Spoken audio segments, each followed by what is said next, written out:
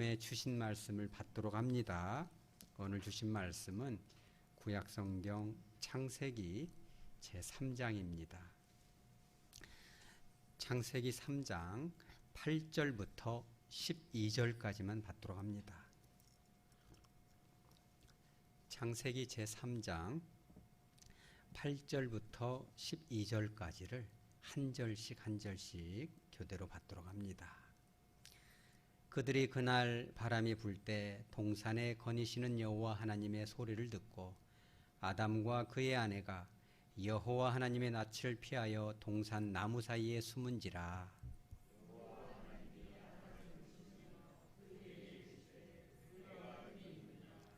이르되 내가 동산에서 하나님의 소리를 듣고 내가 벗었으므로 두려워하여 숨었나이다.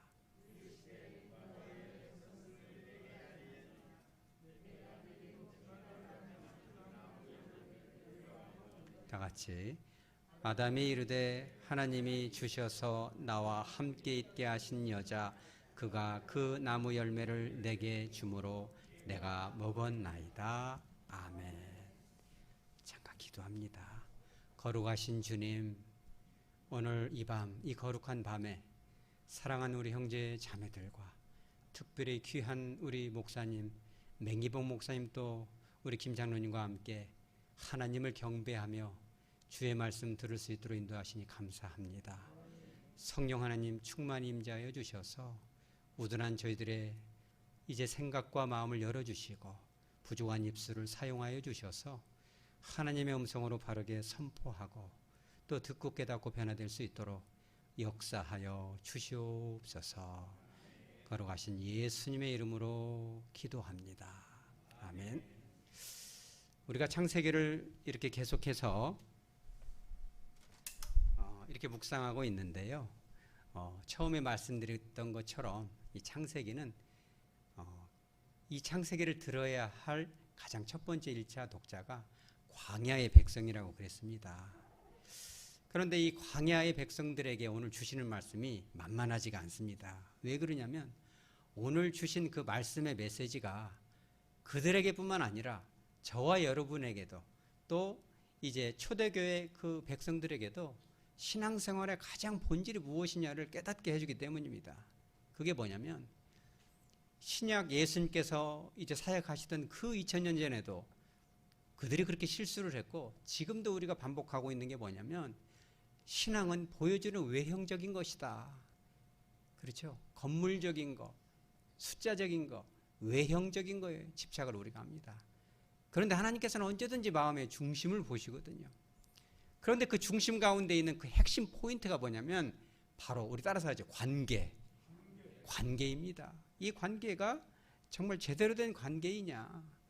겉으로 볼 때는 대단한 것 같지만 쇼 윈도우 부부처럼 언제 무너질지 모르는 그런 아슬아슬한 것이겠느냐. 그것을 말씀하고 있는 거죠. 사실 이 창세기 3장 이제 6절까지만 해도 그렇죠? 참 좋은 관계였습니다. 그런데 이 뱀이 유혹하면서 선악과를 따먹어 버렸잖아요. 그죠? 하나님이 정령 죽을 것이다. surely die. 반드시 죽을 거야. 근데 그거를 기어이 따먹고 말았습니다. 생각해보면 저나 여러분이나 어떻습니까? 그죠? 제가 목사고 여러분이 장로고 또 권사고 성도고 집사지만 인생을 살다 보면 어떻습니까? 실수를 하지 않겠습니까? 참 실수를 많이 하는 것 같습니다. 왜 이럴까? 자책도 해보고 때로는 이렇게 손으로 주먹도 이렇게 쥐어박아 보기도 합니다. 꼭 실수하고 또 미안하다고 말을 하면 뻔뻔하기도 합니다. 그런데 하나님은 참 그 하나님은 좋으신 하나님이죠. 왜 그러냐면 8절에 그런 말씀이 있기 때문입니다. 우리 8절 한번 모아볼까요? 그들이 그날 바람이 불 때에 이제 숨은 거예요. 근데 그날이라는 것이 얼마나 은혜인지 모릅니다.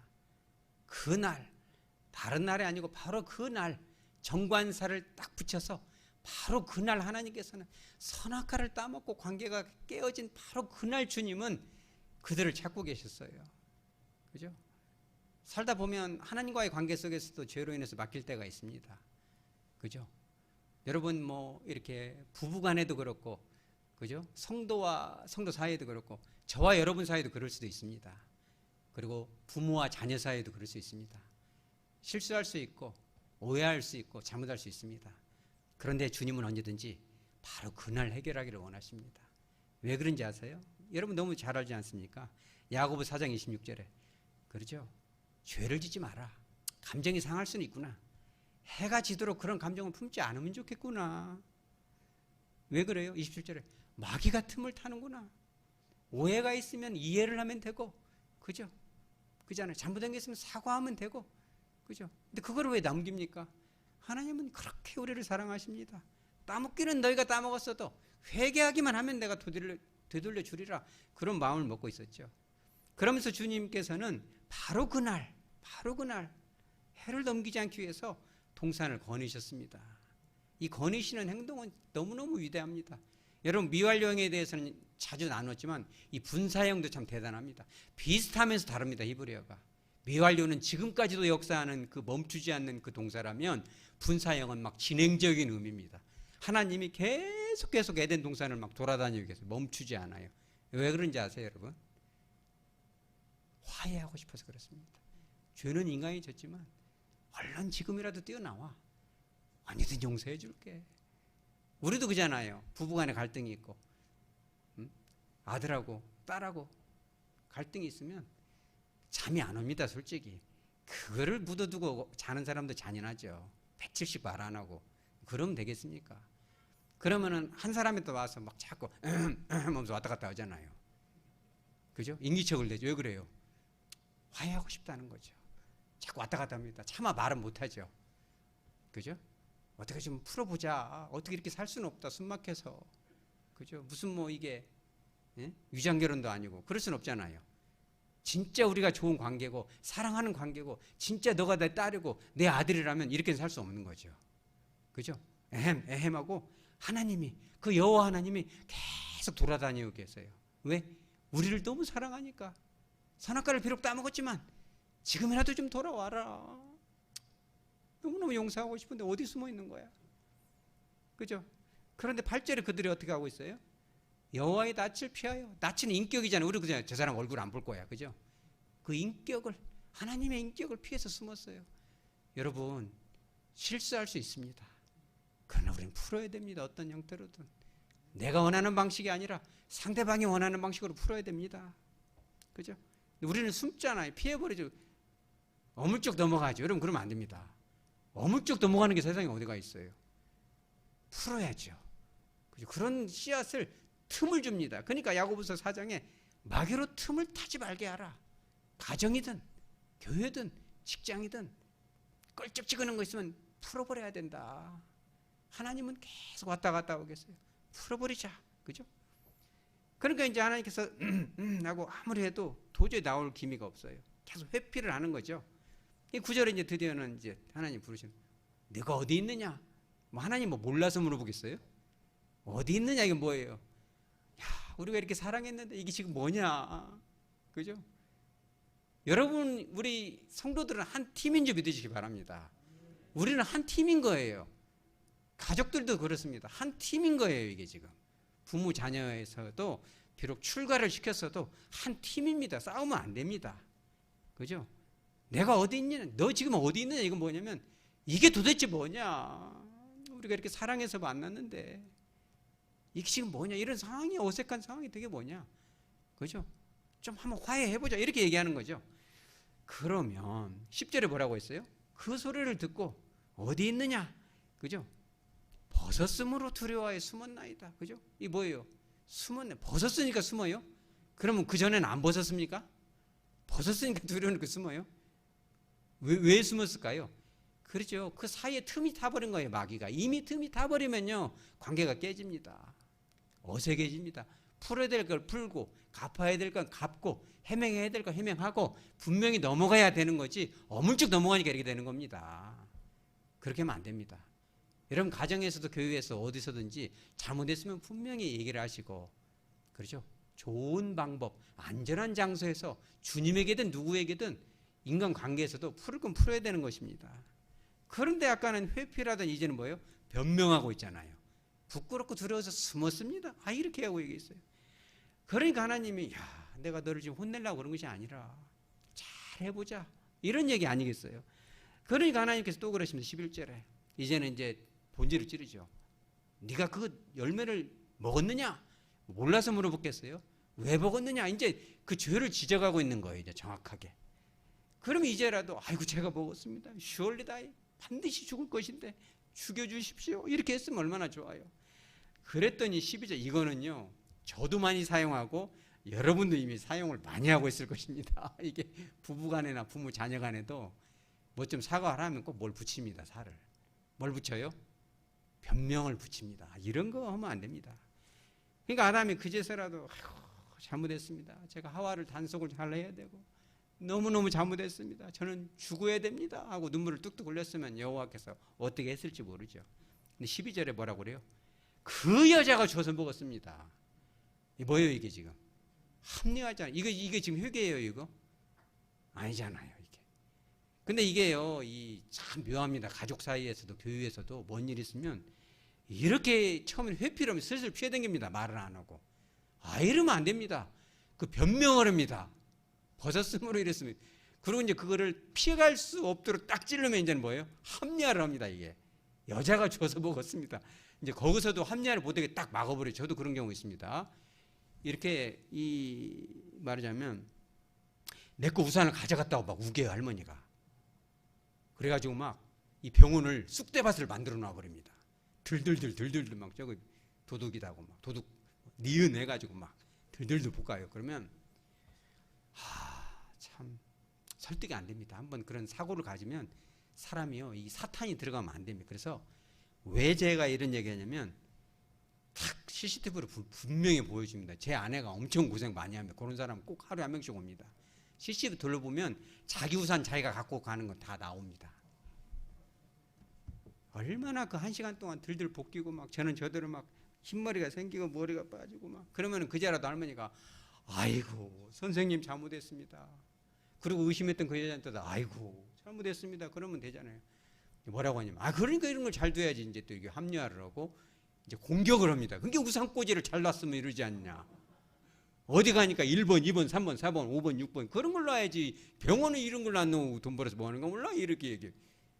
이거요. 이게 지금 이제 공격 물타기 하는 거예요. 이게 지금. 그죠? 물타기는 정치권에서만 하시기 바랍니다. 우리는 그렇게 하지 마십시다. 가정과 교회와 삶의 현장에서는 우리 따라서죠. 진실하게 회개하자. 살을 붙이면 안 됩니다. 그러니까는 이제 공격을 어디서 공격을 해요? 하나님이 주셔서 그 여자가 이렇게 해가지고 그 책임을 이제 물타기를 해버리는 거예요. CCTV로 우산을 가져가는 걸 보여줘도 안 됩니다. 이게. 근데 이게 하나님 보시기에 어떻게 있습니까, 여러분?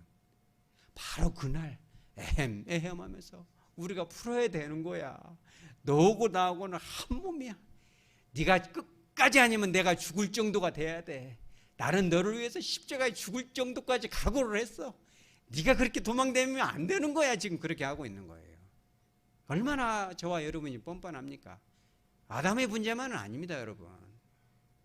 굉장히 중요합니다. 너무너무 중요하고요. 어제 어떤 분이 오셨는데 부부간에 왔더라고요. 남자들은요, 오늘 좀 남자들이 좀 잘 들어야 되는데 40 중반 50 넘어가고 60 되고 그러면 호르몬 변화가 옵니다. 희한해요. 저도 그 미스터리입니다. 옛날에는 안 그랬는데 이제 제가 이렇게 목회를 하고 상담을 공부하고 경청을 하고 이런 훈련을 하다 보니까 생뚱맞게 막 앉자마자 막 울고 그런 사람들이 곧자리 있어요. 어제도 와가지고 남자가 내오관에 왔는데 우리 이 지역이 아니라 광주면은 저기 어디 함양이 이런 데서 왔어요. 한평이죠, 한평. 그래서 제가 어째 여기까지 왔습니까? 네이버 검색에서 왔대요. 그래가지고 뱃속이 불편하다고 그래서 이제 그러면 뱃속을 한번 보실까요? 그랬더니 보려고 마음은 먹고 왔습니다. 이러더라고요. 그러세요? 그러면 한번 보실까요? 그랬더니 무서워요. 그래 남자가 그래서 저 사람이 얼굴은 깡패같이 생겼는데 왜 저런 말을 하지? 그 제가 그러면 보실 겁니까? 안 보실 겁니까? 이렇게 조용히 물어봤죠. 어떻게 하기를 해드릴까요? 그랬더니 보긴 봐야 되는데 무서워요. 그러더라고요. 그래서 그래요? 어떻게 하면 안 무섭게 해드릴까요? 여보 내 손 좀 잡아줘 이래요. 그래서 제가 그러세요 하고 이제 누우시라고 했는데 어쩌지 나 죽을 병을 못 어쩌지 이렇게 하는 거예요. 그래서 그러지 마시고요. 지금 잘 봐드릴게요. 이랬는데 딱 됐는데 남자가 내가 그랬어요. 가지고 요즘 뭐 영화보다 울고 그래요? 그랬어요. 그랬더니 갑자기 이렇게 눈물을 흘려요. 어제 바로 그날 하나님이 여호와 이래죠. 어제 그 담보라는 영화 여러분 봤어요? 담보를 봤대요. 근데 그걸 보면서 막 눈물이 났대요. 자기 딸이 생각나고 자기 아내가 생각나서 막 울기 시작하는데 울지 마세요 이러면서 보는데 근데 그거고 지금 구별이 안 돼요. 지금 이게 현실하고. 그래서 제가 남편이 언제부터 그러셨어요? 그랬더니 딱 일주일 됐대요. 근데 담보 보고 나서 그런데요. 그래서 제가 그래요? 뭐가 이렇게 서러워? 그랬더니 아이고 여보다 이름 바꿉니다. 순이야 내 손 좀 잡아. 죄송합니다 고소인 신고사님. 너무 친하다 보니 시작했으니까 끝을 내야 되겠습니다. 순이야 내 손 좀 잡아줘. 그러더니 갑자기 그래요. 순이야 너무 미안해. 제가 총파보다 이러는 말 생전 처음 들어봅니다. 순이야 너무 미안해. 그래서 그런 건 좀 집에 가서 하시면 안 될까요? 그랬더니 여기서 해야 되겠대요. 그래서 막 울는데 순이도 울고 남편도 울고 제가 이제 기가 막혀서 어제 주님이 보내셨나 봐요. 근데 뭐가 이렇게 미안하세요? 그랬더니 제가 20년 전에 조직 폭력배였대요. 그 사람이 키도 크고요. 뭐 청부 이런 거 했나 봐요. 그러면서 정말 고생 많이 시켰다고.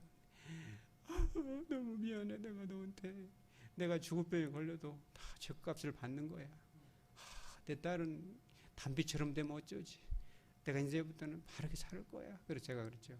그러면 제 앞에서 그러지 말고 뭘 잘못하셨어요? 그랬더니 아까 조직폭력배 얘기하길래 그럼 구체적으로 좀 적어서 가져오라고 했더니 숙제로 제출할까요? 그러길래 그럴 필요까지는 없고 적어서 아내한테 점수를 하긴 오늘 왔더라고요. 아내가. 그래서 하셨어요. 그래 했다고 하는데 100점 주 할렐루야. 아내가 100점을 줬습니다. 근데 왜 이런 얘기를 하냐면 이 남성들한테 지금 얘기하는 겁니다. 남성들이 그죠? 이렇게 마음이 부드러워지고 이렇게 좀 약간 쪼잔해지고 이런 겁니다. 왜 그러냐면 이게 참 제가 이거를 기도하면서 하나님의 축복이구나. 남자들에게는 깨어진 관계를 회복할 수 있는 좋은 기회가 바로 이때예요. 아들과의 관계, 그죠? 딸과의 관계, 그렇죠?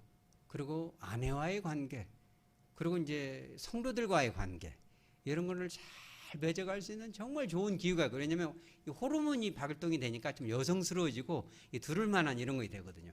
이런 기회를 잘 잡으면 정말 그 가정에는 평화가 임합니다. 여러분 그러시기 바랍니다.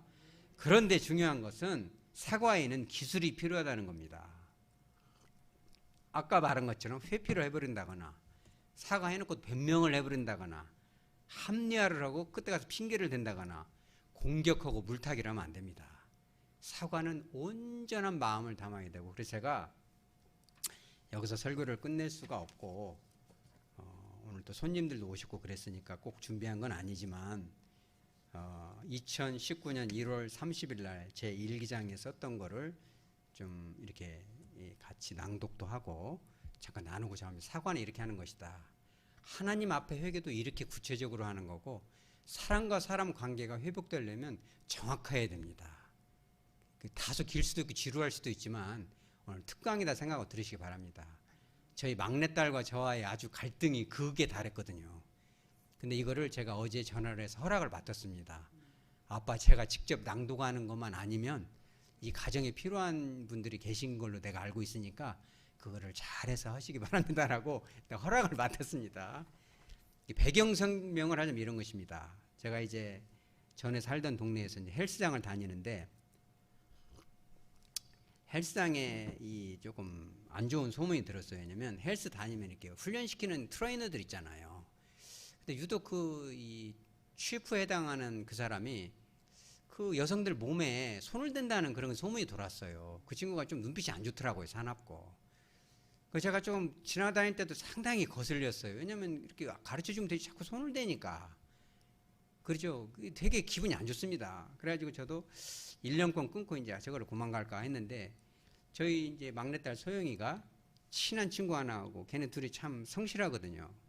그런데 중학교는 졸업해놓고 고등학교가 아직 안 들어갔으니까 걔네들이 꿈이 있고 애들이 참 성실한 애들이거든요. 그런데 아빠 헬스장 거기 다닌다고 해서 이제 왔더라고요. 근데 몰랐는데 이렇게 운동하고 있으면 걔네들이 왔다 갔다 하고 있는데 그 치프 밑에 또 애들 있잖아요. 가들이 자꾸 왔다 갔다 하면서 이렇게 꼭 모기가 피 빨아먹으려고 돌아다니는 것처럼 제가 보기에 아빠니까 상당히 거슬리는데 자꾸 손을 대는 거예요. 근데 이제 애들이라 모르잖아요, 이런 것을. 그리고 먹을 것을 사주고. 근데 먹을 것도 좀 비싸면 그것이 그냥 세상에 공짜는 없거든요. 그래서 제가 가만히 두고 보다 아빠가 목사고 상담까지 배웠는데 저거를 어떻게 하냐 해서 고민을 참 많이 했습니다. 제 아내하고 상의도 하고 그래서 이거를 조금 개입을 해야 될 것 같아요. 저 애들이 조금 질이 안 좋아 보이는데 안 되겠다. 그래서 이제 막내를 불러가지고 얘기를 했는데 상당히 거칠게 나오더라고요. 내가 그 이성관계도 아니고 그냥 재밌게 좀 서로 이렇게 좀 고등학교 들어가기 전에 한두 달 좀 오빠들 맛있는 거 사주면 좀 하고 좀 교제 좀 하려는데 이성은 아니다. 그래서 내가 이제 이처저처해서 거기 질이 안 좋은 치프가 있고 그래서 여행을 받으니 좀 안 하면 좋겠다 했는데 그 말이 간단하게 맥히면 참 좋은데 안 맥히더라고 이게. 그래서 1시간 정도 길어지고 감정도 상하고 그래서 그래 이제 그래서 이제 좀 들어보고 그럼 그렇게 하고 아빠가 믿을 테니까 이제 그럼 그렇게 하자고 일단락이 됐는데 그 다음 날 또 헬스장을 또 갔어요. 그런데 이제 마침 딸하고 그 친구하고 나오는데 그놈들 둘이가 딱 나와서 뒤에서 껴안는 거예요. 제 딸 말고 그 옆에 있는 애를. 완전히 이거는 아니고 이렇게 허리를 이 허리가 되게 중요해. 우리 교회에서도 그런 건 하지 마세요. 왜냐하면 상당히 이게 조심해야 됩니다. 저도 이렇게 악수하고 여자 성도들께 함부로 이건 안 하거든요. 지금 성령 처음 할 때 오해하지 않는 이런 거 하는 거 여기를 막 이렇게 하니까 막 제가 막 가슴이 철렁하는 거예요. 아빠가 되면. 그래서 제가 이제 이것을 그냥 넘어가야 되나. 목사고 내가 그걸 떠나서 아빠인데. 그래 그 친구를 둘을 불러냈어요. 조용히. 그래서 너네 이차저차해서 그 친구도 저희 집에서 밥도 많이 먹고 그랬기 때문에 제가 좀 얘기를 하면 들을 것 같다 생각을 하고 이제 했는데 조금 감정이 들어갔나 봐요. 그래가지고 네가 이러면 되냐. 너희들 공부도 잘하는 애들이고 그리고 앞으로 이렇게 했고 우리 교회 와서 설교도 들었고 네가 그러면 안 되지 않느냐 하고 이제 했는데 그리고 그 친구들한테도 접근하지 마라 이렇게 이제 하게 됐어요. 하여튼 그날 밤에 여기 나온 것처럼 그날 밤에 이제 그렇게 했는데 이제 그것이 잘 받아들였으면 좋은데 그 우리 막내딸 친구가 막 저한테 대들어버리더라고요. 깜짝 놀라버렸습니다. 제가 요즘 정서를 몰랐어요, 애들. 그래가지고 거기서 막 제가 얼어붙어가지고 미안하다고 이제 그러고 사과라고 집에 왔는데 소영이도 대단히 기분이 불쾌했던 모양이더라고요. 제가 잘못했구나 하고 이제 집에 가서 미안하다고 얘기를 했어요. 물론 진심을 담아서 미안하다고 했죠. 그리고 이제 그 다음 날이죠. 하고 이제 마음이 불편한데 가만히 점심시간에 생각하니까 너무너무 마음이 불편해요. 그래서 문자로 소영아 이리저리 해서 아빠가 참 미안하다. 참 아빠 노릇을 하려다 보니 이렇게 미안하다. 저녁 때 우리 너랑 나랑 좀 대화를 나누고 아빠가 좀 사과를 좀 하려고 하니까 대화를 나누자. 이렇게 했더니 우리 소영이로부터 이제 편지가 왔어요. 이제 그걸 읽어드립니다. 좀 어렵더라도 이렇게 잘 이해가는 눈을 감고 그러면서 이제 장문의 편지가 왔는데 아빠 나 소영이야. 내가 지금 솔직히 아빠한테 어제 상처받았던 게 너무 많아. 지금도 할 말이 너무 많아. 그래서 지금 저녁 7시까지 기다릴 수가 없을 것 같아. 나는 그때까지 못 참으니까. 이렇게 시작이 됐어요. 나 어제 진짜 힘들었거든. 아빠는 모르지. 어제 진짜 생각 많이 했어. 아빠가 그렇게 나보고 몰아붙이는데 내가 무슨 말을 해도 듣기는 한 걸까 생각도 들고 아빠가 어제 화나는 것은 알겠는데 공부든 뭐든 나한테 계속 뭐라고만 하니까 나도 진짜 상처 많이 받거든. 아빠 화난 것은 이해가 돼. 그지만은 끝까지 좀 잘 읽어봐. 이렇게 했어요. 끝까지 잘 읽어보래요. 그래서 제가 정신 바짝 차렸습니다. 잘 읽으려고. 그래서 일단 헬스부터 이야기해 볼게. 자, 먼저 아빠가 어제 헬스에서 보고 기분 나빠가지고 이렇게 깨우는 거 우리한테 뭐라고 했었잖아. 난 아빠 화난 거는 이해가 가는데 내가 분명 며칠 전에 아빠랑 이야기했을 때 이성이 아니라 친구 같은 사이라고 솔직히 한 달도 안 볼 사이인데 그냥 그렇게 친하게 보통으로 이성이 아닌 관계로 지낼 거라고 했단 말이야. 그런데 그것을 아빠가 어제 이야기한 거를 들어보니까 그 사람들하고 친하게 지내는 게 마음에 안 든다며. 이렇게 얘기를 했어요. 근데 아빠는 이 사건이 있기 깨어있는 그 전에 아빠가 내 말을 경청해서 다 들었다고 분명히 말을 했잖아. 경청했다고. 다 이해했다고도 말했잖아. 근데 그게 내가 보기에는 아닌 것 같아. 아빠가 경청하고 내 이야기를 다 들었다면 거기서 화를 내면 안 되는 거지. 자, 아빠가 또 화가 나서 헬스장에서 친구까지 불러서 뭐라고 한 거잖아. 이렇게 얘기를 했어요. 근데 제가 이제 사실은 이제 우리 소영이 친구도 되게 좋아했거든요, 그 아이를. 걔도 잘 되고 얘도 잘 되고 하기를 너무 마음에 소원을 했는데, 좀 딸 같은 마음들을 좀 지켜주고 싶은 마음이었는데, 하여튼 이제 그렇게 걔네들한테는 상처가 됐어요. 그게 나는 그냥 아빠가 아빠 맘대로 나를 조종하려는 걸로밖에 생각이 안 돼. 내가 물론 반항한다 이렇게 생각할 수도 있겠지.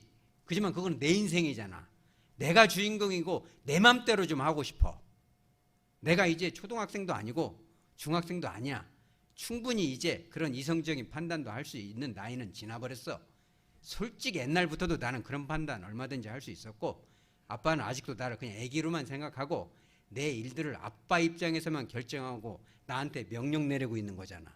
이렇게 얘기를 했어요. 좀 감정이 어땠습니까? 조금 살짝 상기되죠. 아빠는 나를 위해서 그런다고 하겠지만 나는 오히려 그게 더 스트레스였어. 솔직히 내가 공부하면서 헬스 다니고 그 사람들이랑 그냥 재밌게 지내는 거 하나도 내 공부에 지장 안 가. 근데 아빠가 그 사람들한테 전화하고 괜히 나는 미안하고 그런 상황 되니까 공부 집중도 하나도 안 되고 괜히 힘들단 말이야. 아빠가 그렇게 하니까 나는 오히려 더 힘들어. 이렇게 했어요. 그러고 나서 아빠가 어제 화나는 건 진짜 나도 이해가 안 가. 아까는 이해가 간다고는 이해가 안 갔네요. 그래서 화가 났으니까 그렇겠죠. 몇 번씩이나 내가 말했었잖아. 아빠가 생각하는 그런 이성적인 사이가 전혀 아니라고. 그런데 아빠는 내 말은 들을 생각은 안 하고 그저 아빠 기준에서 이거는 잘못됐다. 어제 말한 거 들을 때도 아빠 생각에는 그랬다. 계속 그렇게 말만 했잖아. 왜 모든 것을 아빠 생각대로만 해? 나는 그런 얘기에 대해 뭐라고 할 때도 내 입장을 먼저 들어주고 뭐라고 하면 되는 거잖아. 아빠는 나 혼낼 때 내 입장 한 번 안 들어주고 할 말 다 하고 나중에 아빠가 잘못한 거 깨달으면 그때서야 미안하다, 오해했다 이렇게 말하잖아. 다 지나고 나서 그게 얼마나 상처받는 일인지 알아? 자, 끝 안 났습니다. 조금 더 집중력이 필요합니다. 자, 내가 항상 아빠한테 혼나고 우는 이유가 뭔지 알아? 아빠가 이렇게 사과해 줘서 감동 먹어서 그런 거 아니야. 그냥 내 상황이 너무 억울해서 솔직히 여기서 아빠가 나한테 미안하다고 이렇게 해서 분위기가 좋아지는 판에 내가 화내버리면 분위기 깰까봐 내가 말 안 하는 거야. 저도 충격받았습니다. 미안해하고 뭐 사주면 울길래 이제 감동이 됐나 보다.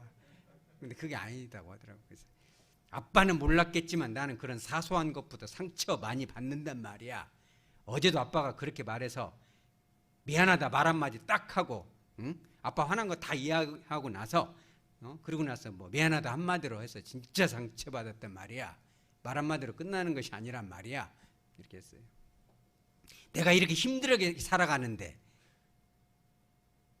한숨 나와요? 중학생 얼마나 힘들게 살아요. 헬스 오고 막 놀러 다니고 오빠들이랑 막 샌드위치 먹고 막 그죠? 그건 우리 시각이고 얘네들은 또 그게 아닙니다. 사춘기니까 힘들게 살아가는데 노력하는데 그러면 뭔가 칭찬이라도 듣고 싶은데 들려오는 게 그저 주변에서 비난밖에 없는 것 같아. 내가 이렇게까지 해야 하나 싶기도 하고 그죠? 그래서 아빠가 나보고 넌 항상 꼼꼼한데 왜 가족여행 하나 기획 못했냐 그렇게 관심이 없었냐 말했잖아. 이게 무슨 말이냐면 걔네들하고 막 노는 통에 정신이 팔려가지고 1년에 한 번 가족여행 가자고 했는데 그거를 다 귓등으로 들었더라고요. 되게 속상해가지고 너는 가족을 사랑해야지. 그 애들 그 아빠가 뒤에서 껴안고 이제 자꾸 이제 그 얘기를 했는 것 같아요. 그랬더니 뭐 아빠는 항상이란 그 한마디가 얼마나 사람 억장 무너지게 하는지를 모르지. 너는 항상 잘했으니까 다음에도 잘해야 된다. 그러다가 한 번 못하면 엄청 뭐라 하고 아니 그렇게 못하는 게 뭐라 할 일이면 잘했을 때는 진짜 칭찬해줘야 되는 거 아니야? 잘했을 때는 잘했다 한마디로 끝, 못했을 때는 들들 볶고 그것이 진짜 상처야. 여기서는 좀 마음이 뜨끔하더라고요. 막내들은 조금 소홀한 건 사실입니다. 이건 나뿐만 아니라 언니나 오빠도 마찬가지일 거야. 이제 좀 확자언이 됐어요. 이제 이렇게 언니나 오빠도 마찬가지일 거야로 이제 갔습니다. 솔직히 나왔습니다. 그죠? 내가 뭔가를 잘해왔을 때 진심으로 엄마 아빠가 좋아해 주는 건지도 잘 모르겠어. 그래서 내가 이렇게까지 해야 되나 싶기도 하고, 엄마 아빠 기준에는 한참 내가 못 미칠 수도 있겠지. 다 이해해. 엄마 아빠는 똑똑하니까. 근데 우리는 엄마 아빠가 아니잖아. 충분히 다른 생각도 가질 수 있고 다른 환경에서 자라서 자기 주관 있는 한 사람 한 사람이잖아. 우리 입장도 이해해 줬으면 좋겠어. 그리고 까놓고 말해서 나왔습니다. 드디어 감정이 좀 상했나 봐요. 까놓고 말할 정도면. 솔직히 말한다고 했는데 이제 까놓고. 자, 내가 기억 못한 거는 공부 때문에 너무 정신이 없었어. 그런 건 이해해 줄만 하잖아. 근데 나도 아빠한테 할 말이 있거든. 이제 역공 누릅니다, 이게. 자, 뭐가 누르냐. 아빠가 그렇게 뭐라고 할 것 같으면 아빠도 내가 언제 학원에 가는지, 어디로 가는지, 언제 가고 언제 오는지, 뭘 배우는지 알아? 하나도 모르잖아. 내가 어떻게 살고 있는지 하나도 모르잖아. 아빠가 나한테 조금이라도 관심이 있었다면 그것부터 좀 관심을 가져봐. 할 말이 없었습니다, 솔직히. 여기서부터 많이 좀 반성이 됐어요. 항상 나한테 어디냐 가냐고 물어보잖아. 솔직히 그런 건 이미 다 알아야 되는 거 아니야? 이렇게 얘기를 했어요. 할 말이 없더군요. 이렇게만 봐도 아빠 말에는 충분히 모순이 있는 거야. 그러니까 나한테 뭐라고 하면 안 되는 거야. 내가 가족여행 싫다 말한 것도 아니고 그냥 잊어버려서 물어본 것뿐인데 진짜 상처받았어. 나는 이번 말뿐만 아니라 아빠한테 하고 싶은 말 충분히 많아. 지금까지 엄마 아빠한테 많이 참아왔어. 그냥 넘어갔던 말도 진짜 많아. 상처받은 것도 한두 가지 아니고 지금 내가 말했던 것들은 진짜 빙산의 일각밖에 안 돼. 아빠도 상처 많이 받았다고 그래서 나한테 할 말 다 했잖아. 그래놓고 미안하다? 이렇게 말려고 말 한마디 하고 끝내려니까 나는 이렇게 이게 간단한 일인지 모르겠어. 간단하지 않다는 거예요. 헬스를 다니고 말고 누구랑 친하게 지내고 말고는 내가 알아서 할 거야. 충분히 그런 결정할 수 있는 나이니까. 그죠? 중학교 졸업했으니까. 아빠 걱정되게 안 할 테니까 나도 이 일은 절대 양보 못해. 내 인생이고 내가 결정 내리고 공부든 뭐든 내가 하고 싶으면 할 거야. 그러니까 아빠도 이 부분에서는 만큼은 아빠가 양보를 해줬으면 좋겠어. 끝.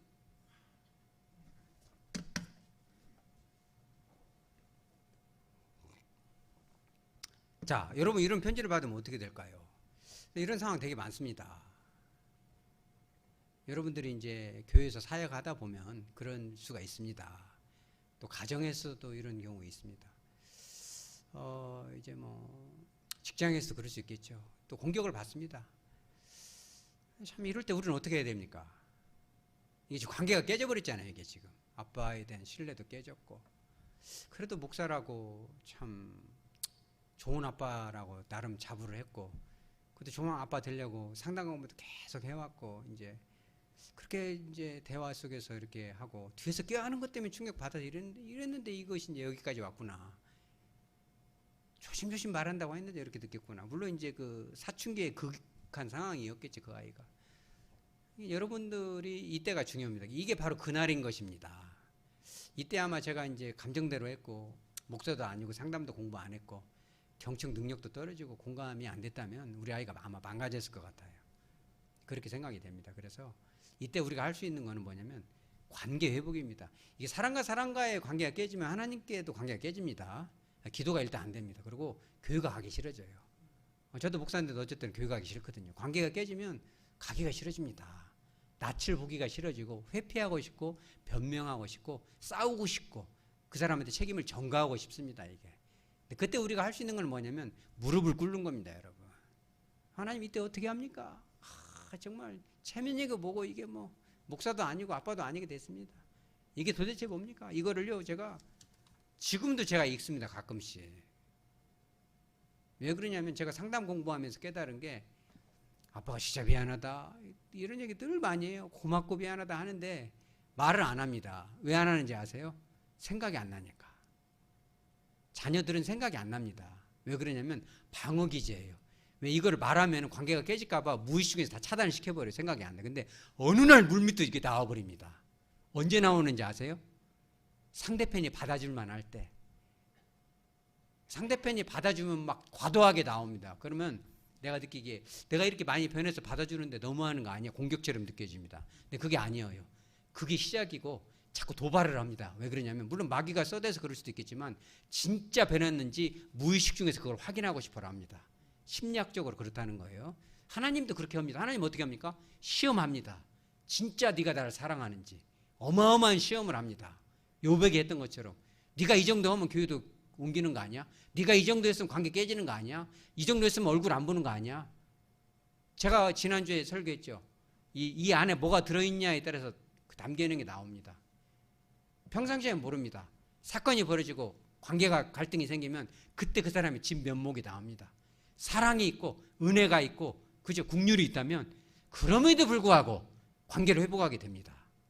그래서 그날 천불이 났습니다. 화가 나서가 아니라 이렇게밖에 안 됐구나 하지. 하나님 앞에 무릎을 꿇었습니다. 점심에 하나님 앞에 몸부림을 치고 하나님께서 그러시더라고요. 야, 이거 평생에 그 아이가 너한테 쌓은 상처야. 네가 안아줘야 돼. 그래 기도 많이 했습니다. 눈물이 났어요. 처음에는 이 녀석 봐라. 엄마 아빠가 얼마나 희생하는데 이놈이 이렇게 네 가지가 없이 이럴 수가 이런 생각했거든요. 근데 생각하면 할수록 이제 접촉이 되기 시작해요. 생각해보면 걔가 언제 어느 때 어느 학원을 어떻게 하는지도 모르고 그런 거는 관심 없어서 괜히 걔한테 화풀이하고 있는 나 자신을 발견하는 거죠. 그래서 제가 답장을 썼습니다. 1, 2, 3, 4 써가면서 했어요. 친구 같은 사이라고 말한 것, 고등학교 입학하기 전까지 친하게만 지나겠다고 소영이가 말했던 것을 경청하지 못했던 것, 가로 열고 말로는 경청한다고 했지만 미안하구나. 띄고 2, 헬스장에서 친구까지 불러내서 하는 것, 야단친 것, 미안하구나. 3, 소영이의 인생은 소영이 것이고 소영이가 주인공인데 아빠가 소영이를 여전히 아이 취급하고 아빠 마음대로 하게 한 것, 미안하구나. 4, 아빠가 소영이를 위한다고 생각하고 가로 열고 걱정되어서 했던 행동들이 소영이를 오히려 힘들게 하여 미안하구나. 5, 소영이가 집중해서 공부를 잘하고 있는데 오히려 아빠가 소영이의 공부를 방해하게 되어 미안하구나. 6, 단순한 친구 사이인 것, 이성으로서가 아니라 이런 것을 인정하지 못하고 오해했으며 아빠의 가치관을 강요했던 것, 미안하구나. 7, 아빠의 말을 하기 전에 소영이 입장을 충분히 들어줬어야 했는데 그러지 못한 거 미안하다, 사과한다. 8, 솔직히 여기까지는 좀 억지로 썼습니다. 솔직히. 자, 8, 진심으로 사과하지 못하고 미안하다 말 한마디로 무마하려 한 것도 미안하구나. 9, 이때부터는 조금 마음이 흔들리더라고요. 그리고 감정이 뜨거워지기 시작해요. 9, 아빠는 몰랐었는데 소영이가 아주 사소한 것들로부터 상처받고 있었다는 것, 아빠가 모르고 있었다니 참 미안하구나. 쓰는데요 눈물이 툭 떨어져요. 이때 네가 그렇게 사소한 것 때문에 상처를 받았구나 하는데 갑자기 눈물이 툭 떨어지는 거예요. 그 감정을 몰랐어요. 그때는. 앞으로는 우리 소영이의 사소한 것까지 알아주고 공감하고 이해하려 노력할게, 미안하구나. 10, 소영이가 아주 훌륭한 목표를 가지고 힘들게 살아가는데 칭찬은커녕 비난하고 야단친 것, 미안하구나. 11, 평소에 잘한 것은 칭찬을 충분히 하지 못하고 한 번 잘못한 것 가지고 심하게 야단친 것, 미안하구나. 가로 열고 이것에 대해서는 아빠가 정말 할 말이 없구나, 미안해서. 근데 막 눈물이 났어요 이때. 자, 12, 목포 가족여행을 기억하지 못한다고 야단친 것, 공부하느라 바빠서 그런 것을 미안하구나. 13, 소영이가 좋은 성적을 받아올 때 충분히 칭찬하고 기뻐해 주지 못한 것, 미안하구나. 14, 평소에 소영이에게 관심도 없었으면서 가로 열고 어느 학원에 언제 어떻게 가는지도 알지 못한 것, 언제부터 그렇게 관심이 있었다고 야단치고 간섭한 것, 미안하구나. 평소에 관심을 갖지 못한 점, 이건 역시 아빠가 할 말이 없단다, 미안해서. 사실 이거 할 때 또 눈물이 나더라고요. 여기서 너희들은 이제 큰딸이거든요. 독서실에서 돌아올 때 오면 막 12시 막 이렇게 막 12시 반 1시에 돌아올 때 있어요. 아무리 피곤해도 밤늦은 시간이니 아빠 차로 데리러 갔어야 맞은 것인데 못 갔던 것 미안하다. 이것도 미안하다. 진심으로. 자, 15번. 빙산의 일각이 아닌 엄청난 상처들, 가로 열고 아빠로부터 비롯된 이런 것들이 있었다니 참 미안하구나. 아빠는 소영이가 이렇게 아빠로 인해서 상처가 많았는지 진짜 몰랐는데 아빠 자신에게도 참 충격이고 정말 미안하구나. 나름 좋은 아빠라고 자부하며 살아왔는데 소영이의 마음을 세심히 살피고 또 돌보고 이해하지 못한 거 정말 미안하구나. 아빠한테 항의하고 쏟아내고 싶은 감정과 기억과 상처들이 아주 많겠지만 차근차근 말해주면 아빠가 다 들어주고 다 사과할게. 16. 헬스장에 다니고 안 다니고 누구를 사귀고 안 사귀고 이런 것까지 간섭했던 거 미안하구나. 소영이가 이제는 어린이가 아닌데 그 부분 아빠가 양보하고 이해하마. 17. 다만 아빠도 어제와 같은 뒤에서 꾀하는 모습 이런 것을 보는 것은 아빠의 가치관과 감정을 기준으로 볼 때 마냥 편하지는 않다는 것만큼은 알아주면 좋겠구나. 하지만 그건 역시도 소영이 너에게 강요할 수 없기에 아빠가 양보할게. 그리고 아빠가 당분간 가로 열고 소영이가 고등학교 입학할 때까지, 다시 말하자면 헬스장에 소영이가 다니는 동안만큼은 엄마가 헬스장에 다니지 않으려고 한다. 그래야 아빠도 마음이 편하고 그런 모습을 안 보니까 소영이 너도 헬스장 편하게 다니고 소영이 네 마음대로 할 수 있을 거니까 오늘부터는 약속대로 헬스장에 가지 않을게. 사실 1년 계약했던 거 기간이 얼마 안 남았거든. 여러모로 소영이를 힘들게 했던 거 진심으로 정말 미안하다. 특히 비단 이번 일뿐만 아니라 과거에도 아빠로 인해서 받은 바 상처가 아주 많다니 아빠는 아무런 할 말이 없구나. 정말 미안하다.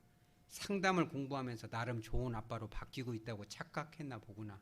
아빠도 더 열심히 상담 공부하고 아빠 자신을 돌아보며 반성하고 소영이와 소망이 그리고 오빠인 예찬이 그리고 엄마를 진심으로 이해할 수 있는 사람으로 변화될 수 있도록 노력할게. 소영이 너도 아빠를 위해서 기도해주면 좋겠구나. 정말 미안하다 소영아. 나중에라도 생각나는 일이 있다면 언제든지 오늘처럼 카톡으로 혹은 편지로 보내주면은 아빠가 한 구절 한 구절 깊이 생각하고 반성하고 돌아보면서 진심으로 사과할게. 마음 편하게 하고 조금이나마 상처가 치유되어 오늘 오후 남은 시간은 행복한 하루가 되기를 기도하마라고 보냈어요. 그리고 이제 제가 아직 박수 좀 안 끝났어요. 조금 더 남았습니다. 소영이를 사랑하는 그러나 여전히 많이 부족한 그리고 아빠가 이제부터는 우리 소영이를 어엿한 어른으로 인정하고 온전히 신뢰하고 믿을 수 있도록 노력할게. 그리고 또 잊은 것이 있구나. 소영이가 너의 감정과 생각을 숨기지 않고 이렇게 솔직하고 정확하며 자세하게 표현해 주니 정말 고맙고 감사하다. 소영이가 아빠의 문제점에 대해서 자세히 알려주어 아빠가 긍정적인 쪽으로 변화되는데 정말 많은 도움이 될 거라 확신한다.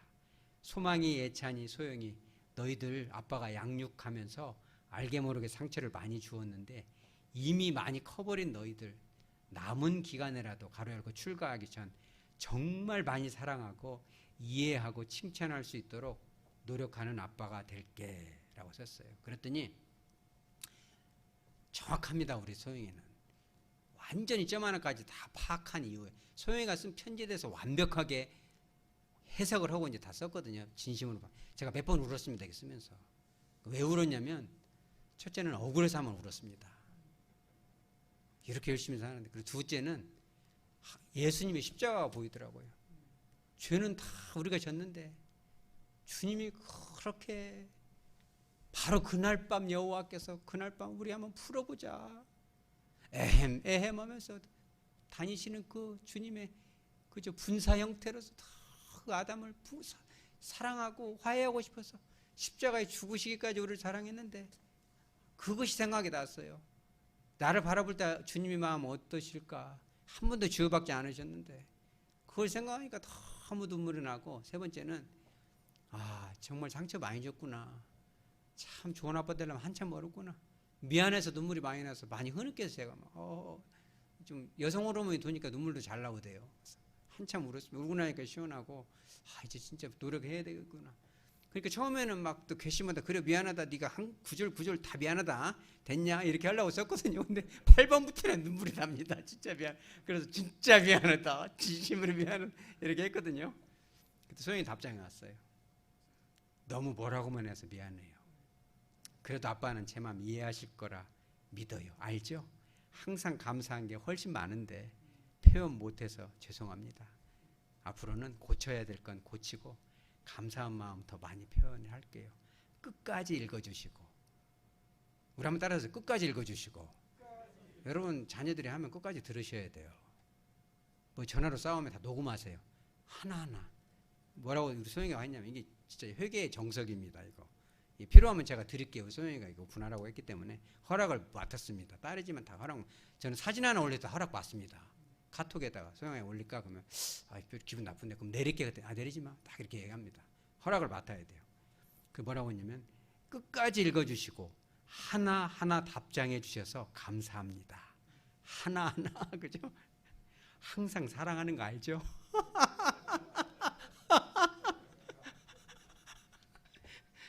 제가 알지 소영이가 아빠를 얼마나 사랑하는지. 다만 어제 일로 소영이 너도 화가 많이 나 있다는 거를. 사랑한다 소영아. 행복한 하루 보내렴. 할렐루야. 이제 박수 받으려는 건 아니고요.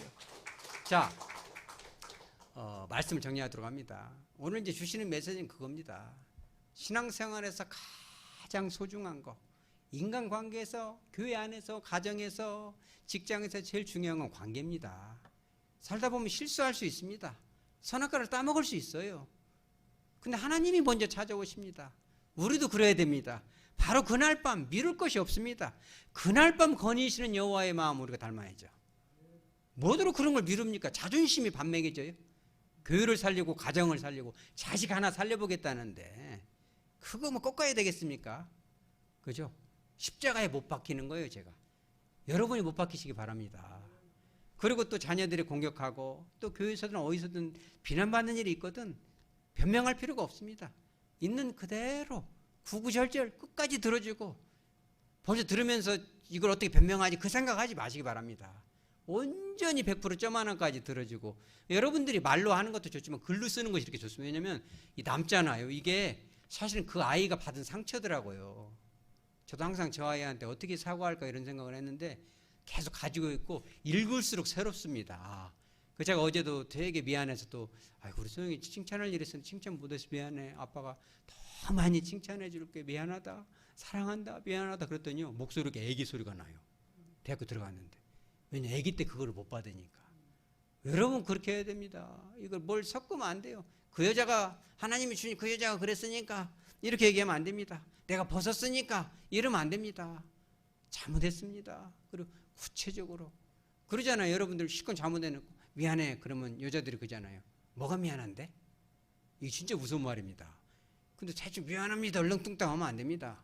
미안합니다 그러면 뭐가 미안한데 그러면요 반성문을 딱 쓰세요. 가지고 정확히 몇 월 며칠 몇 시에 요렇게 한 거 진짜 미안하고 요렇게 한 거 미안하고 이러다 하면은 여자들이 머리가 더 좋습니다. 그러면 딱 하면은 그거를 다 이렇게 녹음하면 요즘 걸린다면서요. 그러니까는 다 기억을 잊어버리고 제가 일기를 써야 됩니다. 저같이 이게 지금 일기로 썼거든요. 다 이거를 그래가지고 또 복사해놓고 일기는 더 많습니다.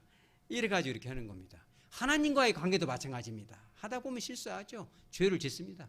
그런데 어물쩍 넘어가지 마시기 바랍니다. 하나님은 분명히 대답을 요구합니다. 너가 어디 있느냐? 하나님 앞에 진솔하게 고백하고 관계 회복으로 나갈 때 어마어마한 사랑이 임합니다. 지금은 그래요. 우리 소영이랑 참 얼굴을 비비고 그죠? 아직도 갈 길이 멀긴 합니다. 그런데 그래도 이렇게 아빠를 안아주고 지금도 이렇게 뽀뽀하고 그렇습니다. 이만큼 회복시켜준 하나님께 감사하죠. 저도 이제 제가 예전부터 여기 와서 얘기했잖아요. 저도 성장하고 여러분도 성장하는 것입니다. 그죠? 이거 필요한 분들은 제가 이렇게 이메일로 보내드립니다. 카톡으로나 여러분들이 보고 자녀들과도 회복하고 가족들과도 회복하고 성도들과도 구체적으로 회복하고 그죠? 이렇게 하면서 하면은요 정말 확실한 사람이 됩니다. 하나님 앞에도 거리낌이 없어집니다. 못하는 건 못했다 죄송하다 하면 되는 겁니다. 그런 아름다운 관계 속에서 하나님과의 관계를 회복하고 그렇죠? 타인과의 관계도 회복해서 하루하루 거리낌 없이 기쁨으로 행복하게 성령 충만하게 살아낼 수 있는 저와 여러분의 삶 되어지기를 주 예수 그리스도 이름으로 축복합니다.